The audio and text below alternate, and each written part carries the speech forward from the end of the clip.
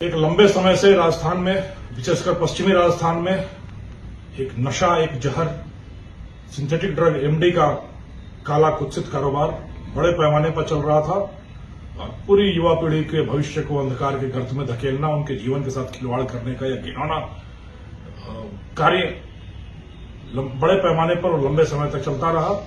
गठन के बाद एएनटीएफ ने इस तरह के सारे बड़े षड्यंत्रकर्ताओं पे, बड़े संगठनकर्ताओं पे, इन नशे की दुनिया के बेताज बादशाहों पर कि उनकी गिरबान पर हाथ डालना शुरू किया और उसी की एक बहुत महत्वपूर्ण, एक सुदृढ़ कड़ी के रूप में ऑपरेशन विषाणु बाहु चलाकर पूरे राजस्थान में एमडी के धंधे का सबसे बड़ा मुख्य सूत्रधार स्वयंभू सरगना रमेश उर्फ रामलाल उर्फ अनिल पुत्र सोहनलाल निवासी धोरीमन्ना बाड़मेर को बड़े नाटकीय अंदाज में, एक फिल्मी तरीके से चले बड़े विशद अभियान के बाद, एक लंबे समय की मशक्कत के बाद, पश्चिम बंगाल के कोलकाता में न्यू टाउन इलाके में उसके ठिकाने से हावड़ा पुलिस के सहयोग से गिरफ्तार करने में एक बड़ी सफलता अर्जित की है। उदाहरण के तौर पर अगर मैं कहूं, इसके आपराधिक क्रियाकलापों का की एक बानगी दूं, झलकियां दूं, तो यह एक ऐसा अपराधी जो राजस्थान में एमडी के धंधे का स्वयंभू सरगना तो है ही है, बेताज बादशाह तो है ही है, राजस्थान के टॉप 10 वांछित फरार अभियुक्तों में है, जिसकी गिरफ्तारी पर 1 लाख रुपए का इनाम था, जिसके आपराधिक कारनामों की धमक से 5 राज्य, राजस्थान, गुजरात, महाराष्ट्र, कर्नाटक और तेलंगाना, इन 5 राज्यों में जिसके खिलाफ मुकदमे दर्ज है, 31 वर्ष की उम्र में करीब 3 दर्जन, उम्र से ज्यादा 3 दर्जन मुकदमों में शामिल रहा। हाल फिलहाल जो बड़ी फैक्ट्रियां पकड़ी गई, जोधपुर के मोगड़ा इलाके में, बाड़मेर के सिड़वा इलाके में, सिरोही में, उन सब के कर्ता धर्ता सरगना के रूप में इसी रमेश का नाम सामने आता रहा। करीब 6 महीने तक चले अभियान के बाद छोटी सी एक सूचना कि यह कलकत्ता में हो सकता है, हवाई टिकटों की गवेषणा की गई। कभी एएनटीएफ की टीमें काम की तलाश में राजस्थान से आने वाले मजदूर के रूप में रही, कभी गंगा सागर तीर्थ स्थान तक जाने वाले धर्मालु श्रद्धालु के रूप में ट्रेवल एजेंट से संपर्क किया और उसके माध्यम से इसके ठिकाने तक पहुंचकर इसको दबोचने में सफलता मिली।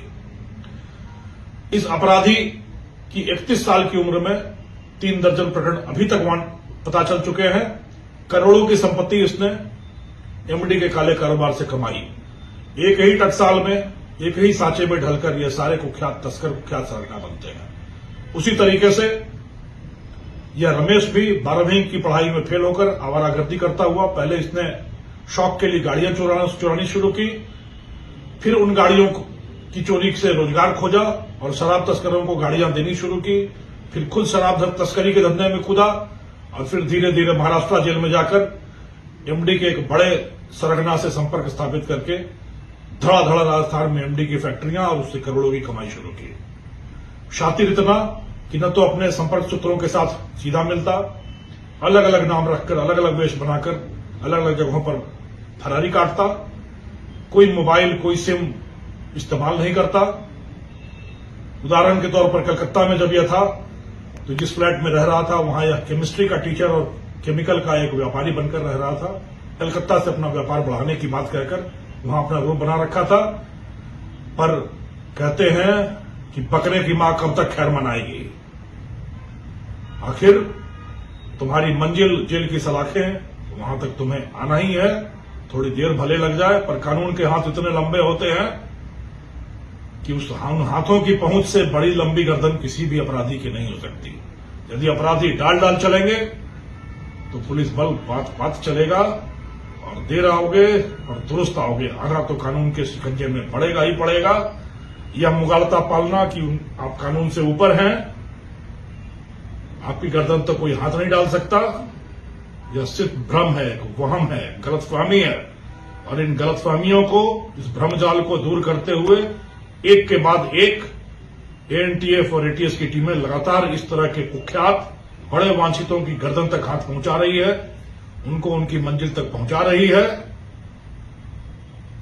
ऐसे अपराधियों का हश्र देखकर उस युवा पीढ़ी को सबक लेना चाहिए, एक सीख लेना चाहिए कि इस अपराध के रास्ते में मंजिल सिर्फ जेल की सलाखें है।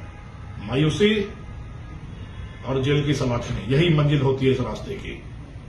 इस राजस्थान की, हमारे राज्य की यह परंपरा रही है कि हमने हमेशा अपने मेधा पर, अपनी मेहनत से, अपने परिश्रम से, अपनी संकल्प शक्ति से, अपनी लगन से, अपनी निष्ठा से हर मंजिल सीधे चलकर, त्याग देकर, बलिदान देकर, शौर्य का उदाहरण, पराक्रम का उदाहरण प्रस्तुत करके हमने हर उपलब्धि अर्जित की है। यही परंपरा है और यही परंपरा बदस्तूर कायम रहेगी।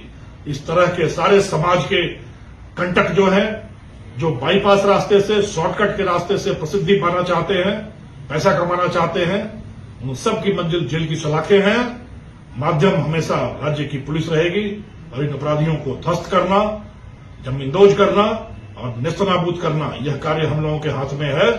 यह बदस्तूर जारी रहेगा और राजस्थान की धरती को, पाक धरती को कलुषित करने का यह जो कुत्सित प्रयास है, कभी सफल नहीं होने दिया जाएगा। राजस्थान नशा मुक्त होगा, स्वच्छ होगा, निर्मल होगा और स्वच्छ होगा। पुलिस करेगी, पुलिस के साथ जनता होगी और हम सब सहयोग के साथ एक और एक मिलकर 11 बनकर अपने राजस्थान को ऊंचाइयों तक, आसमान की ऊंचाइयों तक पहुंचाएंगे और राजस्थान को प्रगति के मार्ग पर आरूढ़ करेंगे। धन्यवाद।